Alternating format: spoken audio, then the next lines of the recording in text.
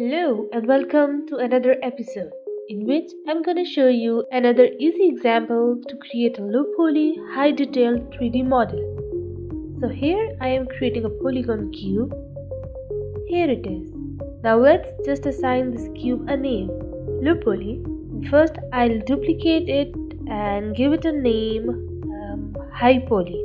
Okay, the main important step that you have to make sure that low poly and high poly both objects are at the same exact position, and this is just that this will make our texture baking easier and smooth.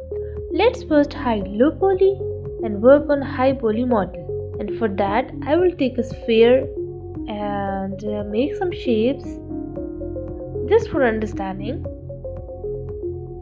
And yes, here it is. It seems nice. Well, now hide this high poly and unhide low poly model and just make its edges a bit smooth so it lies on the same exact position as of the high poly model. So we will bevel the low poly object and adjust it a bit. Here our low poly model is done. Again hiding low poly and unhiding high poly model. Now making this model smooth, and here group all objects together and assign it a name, high poly.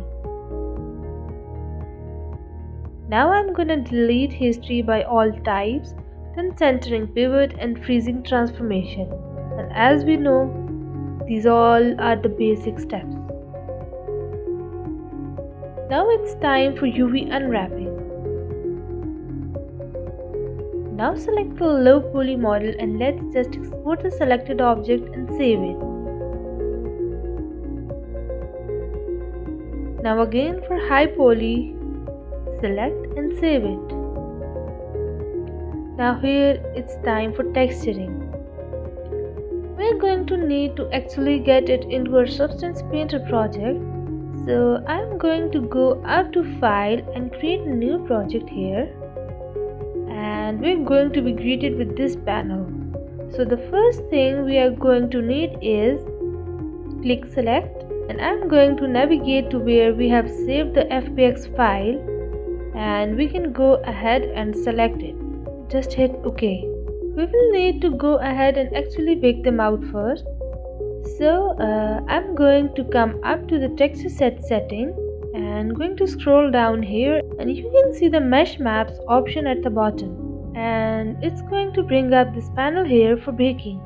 Now the first one I do want to take a look at is the output size. Now we will actually use another separate high poly mesh to bake onto the low poly mesh. So here, high definition meshes, I'll upload high poly model, and now I'm going to switch the anti-aliasing to just be 8 by 8. Yes, now let's go and bake selected textures. And once that's done and baked, just take a look at our asset here. Now I'm going to apply textures to the model.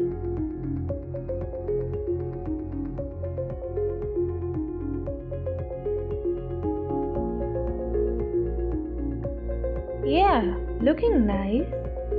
Well, I'm gonna add few more details to the model in Autodesk Maya, and then baking that here on a low poly model again to make you guys more clear about this concept. So here I go.